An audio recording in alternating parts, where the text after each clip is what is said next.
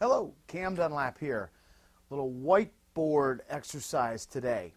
What I want to talk to you about is bank resale restrictions. There's no doubt that there are a lot of bank foreclosures out there now, and some lenders have been for a long time, and others are just experimenting, and some are moving away from the concept of lender resale restrictions. And what is common in the marketplace are 30-day. Then we've got 45-day I've seen in particular on some short sales. I'm now seeing an occasional 60 and in some cases even 90 days. Now we're going to talk about those, and we're going to talk about how to get past that so that you can continue to do deals, make a ton of money while we're in the middle of this amazing foreclosure opportunity. I see at least another couple of years before the inventory really starts to dwindle. In fact, we're starting to see more and more of the shadow inventory that lenders have starting to get released. So that's, continuing the opportunity, elongating in terms of a time frame, the opportunity.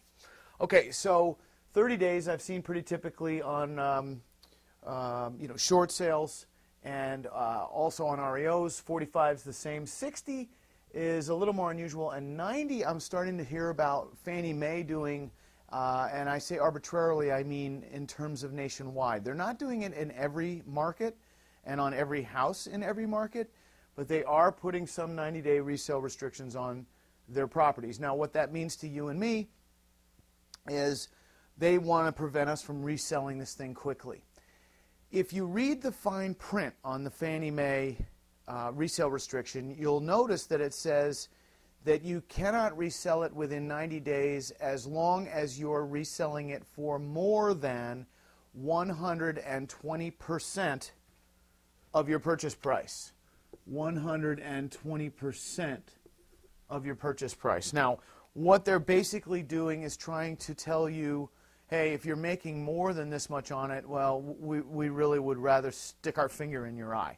If you're making less than this much on it, well, then we're okay with it. So what we have is a government organization that is a known disaster area and has been for years, run by idiots and crooks, now trying to tell us what we should be able to make when we help them out of the jam that they're in. Does that bother you like it bothers me? It makes me want to, put my fist through the wall. It's wrong, it's un-American, it's anti-capitalistic, it's controlling, and it's nothing but big government, in our face. But we're not going there in this conversation. I'm just trying to put it in perspective, and I've got some others too, some other perspectives. So if you happen to live in an expensive market where, say, you're buying this junker house for $100,000 and you plan to wholesale it, not going to fix it, just going to turn around and flip it to another investor, rehabber, landlord type buyer. You bought it for $100,000, you could sell it for as much as $119,999 and not be subject to that 90-day resale restriction. Read the fine print. Now, if you happen to live in a cheaper market where you're buying a house for $15,000, 120% of that is not a whole heck of a lot, although it's still a $3,000 profit. But you might, if you're buying it for $15,000 and you could easily resell it for $40,000, well, you might want to figure something else out, because that's certainly more than 20%, and it's certainly not a deal anybody would want to walk away from. So, couple things to consider. On the Fannie Mae 90-day, I don't think you're going to get them to waive it. But with organizations like Bank of America and Wells Fargo, where they've been sort of notorious resale restriction, zing, finger in the eye crybabies, here's the trend that I'm seeing. More and more of my students, I'm seeing it all over the country, are telling Bank of America and Wells and the likes of those banks, no. So when they make an offer through a realtor, the student, you, and it comes back accepted from B of A with a resale restriction in the contract saying, we've accepted your offer, but there'll be a 30-day resale restriction in there, what you can do is go back, obviously through the realtor, and tell them, no, take the resale restriction out, or no deal. You choose. And what we're seeing is Bank of America and Wells Fargo are starting to back down. They're starting to say, okay, we'll take it out. Now the Fannie Mae thing, that's kind of new, up and coming, and so we may see that for a while. Yeah, but the point I'm getting at is the smaller banks, not the government organizations, but the smaller, as if Bank of America is small, but the banks, in some cases, when you are willing to tell them to stuff it, will actually take it out. So I wholeheartedly encourage you to tell the bank to stuff it whenever you can. So it's important for you to understand also that if there's a resale restriction in the deal, your closing agent, whoever is issuing the title insurance policy, whether that's an attorney or a title company, it doesn't matter, but whoever's insuring the title insurance policy is probably not going to like the idea of a resale restriction, and the reason is because it opens them up to a potential title problem later that they're going to have liability for. See, if you somehow manage to get the thing sold, prior to this resale restriction expiring, well then there's a title problem, and it falls back on the title company that issued the policy to you when you bought the place. So they don't like resale restrictions either. Here's my point. You may be able to get your closing agent to go to bat for you and help you get that resale restriction waived. They don't like it either. Some food for thought. Now, before I move on, and I've got a very powerful strategy that's going to take me a few minutes to lay out for you, and I know you're going to be glad you stuck around for the extra few minutes. Before I move on, though, I want to congratulate you for being here, because, see, if you're here watching this video now, what that means is resale restrictions haven't caused you to tuck your tail between your legs and go away assuming that this business doesn't work. The fact of the matter is the real estate business never stops changing and evolving. It's fluid. It's always changing. And if you don't like what you're seeing, then, it's like the weather. If you don't like it, wait 5 minutes. It'll change. And so in just shy of 20 years of being in this business of buying and selling properties, I can't even begin to share how much change I've seen over those years. And not only change in one direction, but in many cases change back away, more of a recoil from things that lenders and governmental agencies have been doing over the years. So I congratulate you for realizing and understanding that this is a changing, fluid environment, real estate. And I hope you'll be like me and you let that be part of what makes it so fun. It's never boring. No two deals are ever the same, and the longer you're in the business, the more you see in terms of change, and the more opportunity you see as well. Okay, so now let's talk specifically about this 90-day one, because this is tough. Now, if you're familiar with me and the funding we do, you already know that we just aren't able to go out that far. Our theoretical maximum is about 30 days. We may go a little over that, but that's about it. And believe me, if we're going to hold the funding in place for that long, you've got to have a rock-solid buyer lined up, ready to close with skin in the game, who's not going to wiggle out of the deal. Simple as that. We're just not willing to go here to this 90-day figure. But there's a wonderful strategy that I've recently kind of tripped over that is absolutely unheard of in the marketplace that I wanted to share with you in this video. And now let me explain too. And I'll probably come back to this point after I explain the strategy. This one strategy could easily be, in the eyes of another real estate trainer, not mine, but could easily be, in the eyes of another real estate trainer, the basis for yet another $997 program. Okay, that's not how I roll. I don't have a new $997 program every few months to try to, keep you, focused on the shiny object. That's not how I roll. We stick to our core here, and so that's why I want to share this strategy with you right now, and not charge you a dime for it. This is powerful, and I want you to get this. Okay, so what we're going to do is we're going to we'll run through a scenario where we're making an offer on a property that we'll say is Fannie Mae owned, and they've put in a 90-day resale restriction, and we can't get it out. How can we wholesale this house and not use any money of your own at all, And now you know that my transactional funding is not available for this either. How can you still do the deal? Okay, here we go. Now what I've done is I've gone ahead and I've drawn a few boxes on here to represent the different players in this strategy. Okay, party A is the seller, and that is, in this case, it's Fannie Mae. All right, so we have Fannie Mae, and party B is you. Party C is your buyer. Okay, typical sounding A to B, B to C transaction, but with a twist. All right, so what we're going to do is we're going to go ahead and put this thing under contract. We're going to agree to whatever price we agree to, and we're going to plan on this A to B closing. This will be a cash transaction. Where's the money going to come from? Your buyer. So that requires that your buyer be a cash buyer. So this strategy will not work if your buyer is going to get a mortgage at a bank. It's just not going to work. So this needs to be a cash buyer. Now, you already know that cash buyers are the best buyers there are in the business. There's no doubt about it.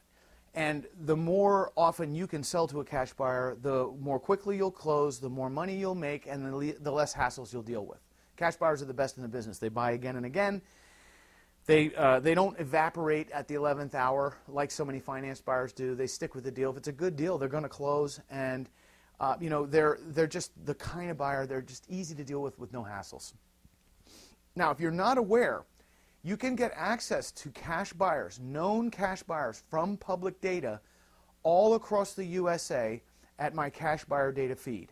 Okay, so that's at cashbuyerdatafeed.com.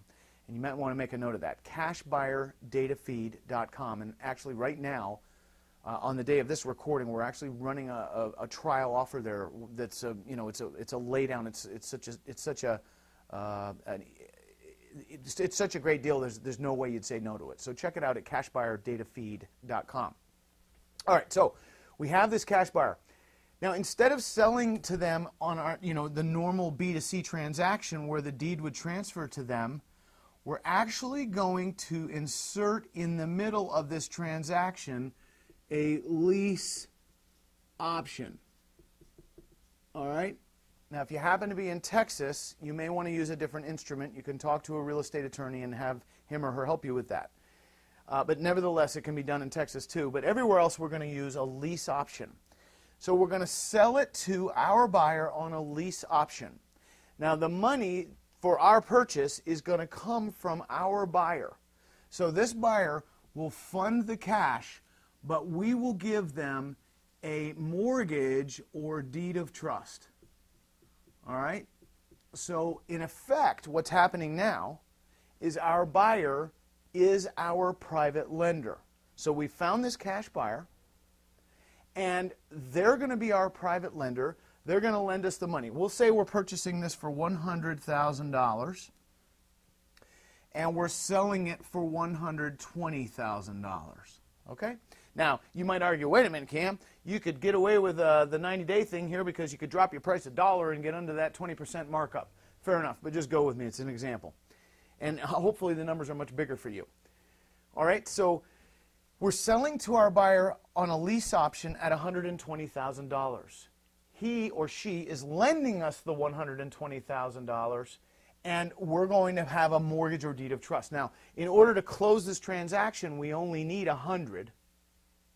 The other $20 is going to come out of the closing and go right into your pocket. So you're actually going to walk away with your $20,000 profit when we close the purchase and sell to our buyer on a lease option. This buyer will put up the full $120. We only need $100 to satisfy the seller. That leaves $20,000 for us at closing. There's our profit.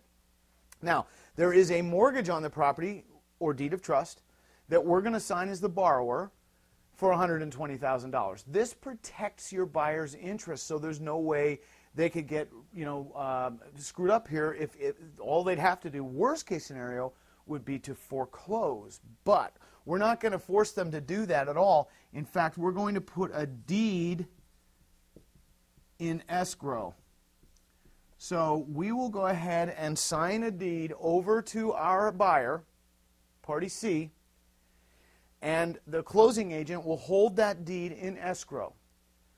So now the buyer's protected in two ways. They have a lien on the property, and they have a deed from you to them in escrow. So there's no way they're going to get screwed on this deal. They're going to get their property. So let's pause for a minute and look at what the benefits and what we've done here. We are able to make this transaction. We close with the $100,000. It comes to us in the form of a mortgage or deed of trust from our buyer. Our buyer is a cash buyer who we are asking to be our private lender for about 91 days. Okay? We make the purchase. The $20,000 the buyer needs to come up with, this is what they've agreed to pay for the property. That obviously represents a good deal to them, or they wouldn't be willing to do it. And we walk away from this closing, the A to B, with our $20,000 overage. That's our profit. The buyer's protected by a lien at a value of $120,000 and a deed held in escrow. So the closing takes place. They now have this place on a lease option. They immediately go to work rehabbing it. Okay, so we're wholesaling here.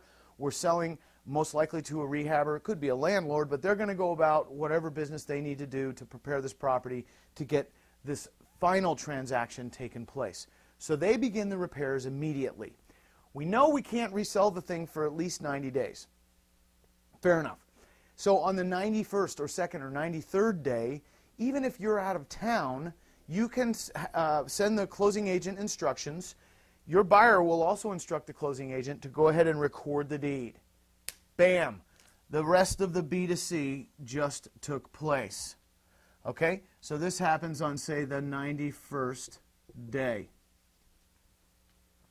So we've gone ahead and adhered to the 90-day resale restriction, put our buyer in the house immediately so he or she could get those repairs done and begin lining up their D buyer. This is the buyer to whom our buyer is going to sell to. So there's going to be yet another transaction that will almost for sure involve financing, probably government financing.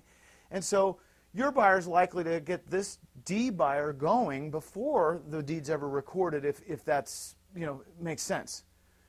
Your buyer will understand this process without a problem as long as they're in the business doing deals and they're not a rank amateur.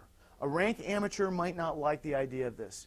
A buyer who's in the business doing deals won't mind it at all, especially if, and I keep coming back to this, this $120,000 is a great deal. Oop, I just dropped my stuff. It needs to be a great deal for your buyer. You know what's amazing is when you give your buyer a great deal, they will jump through rings of fire to get at it. That's just the nature of what we do. You, as a real estate investor, have probably found yourself in a place where you've been willing to jump through rings of fire to get to a great deal. So as long as that's a smoking deal and you've got a buyer who's not a rank amateur, this works beautifully.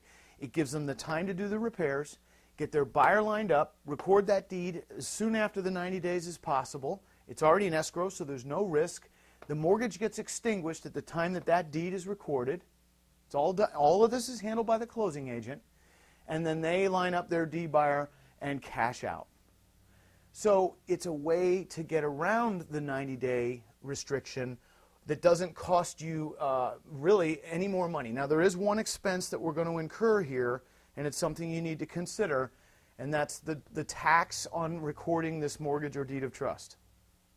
In most counties, in most states, there is some sort of mortgage tax. Now, there may not be where you are, which would be great, but for most of us there is. There is here. It's not a lot of money, but it is an additional expense.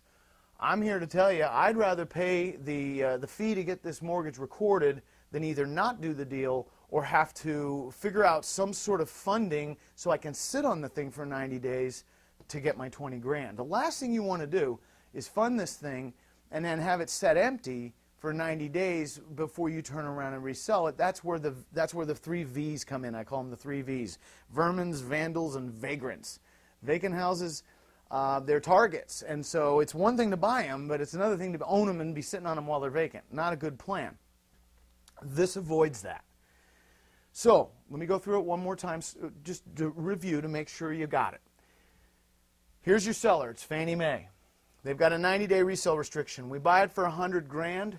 Or we have it under contract for 100 grand. We go and we find a cash buyer who's willing to pay us the 120. That needs to be a great deal. We go ahead and talk to this buyer, explain what's going on. They're going to know how much you're making on it. All right, so that's a given. Get them on board. They go ahead and lend the 120. The property is the collateral. You are the borrower. You only need 100 to satisfy your seller, so you leave with the overage of $20,000 here. Okay, you got a few closing costs in there and one additional fee that you will incur here, and it's likely you'll get stuck paying this. Maybe not. Maybe you're a good negotiator. Is going to be the tax on recording this $120,000 mortgage. The way that we put this property in the hands of our C buyer temporarily is on a lease option.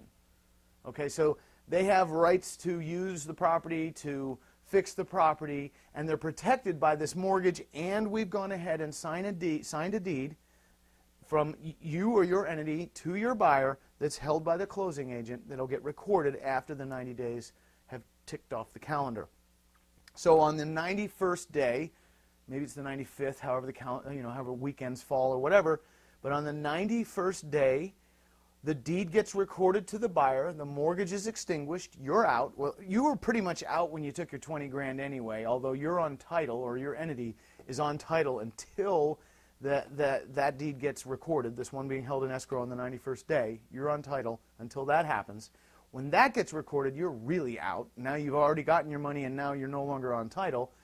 They're on title, they turn around and sell to their D buyer.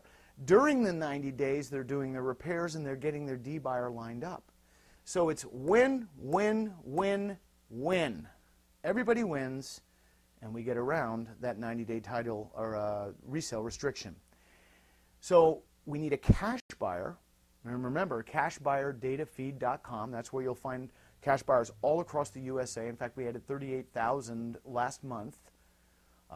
That's from public record. It comes from several different databases. Phenomenal service and dirt cheap. We need a cash buyer. We're going to turn him or her into our private lender temporarily. They're basically going to put out the money now. And in effect, they're lending it to us, even though what they're really doing is they're just putting it in the property and now they're going to do their repairs. And what protects them is the mortgage and the deed in escrow.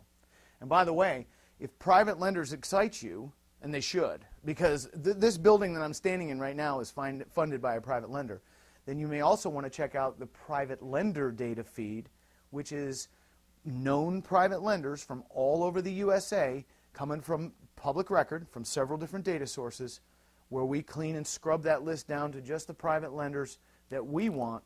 And oh my gosh, I think we added 8,000 new ones last month. So that's another phenomenal service, dirt cheap, and there is a trial offer going on there as well. PrivateLenderDataFeed.com. So here's a great solution to get you past a longish resale restriction, one where you can continue to do the business, make lots of money, and watch your competition wither because they don't know about this. They weren't smart enough to come here. You were. Congratulations. I hope to talk to you soon. Bye-bye.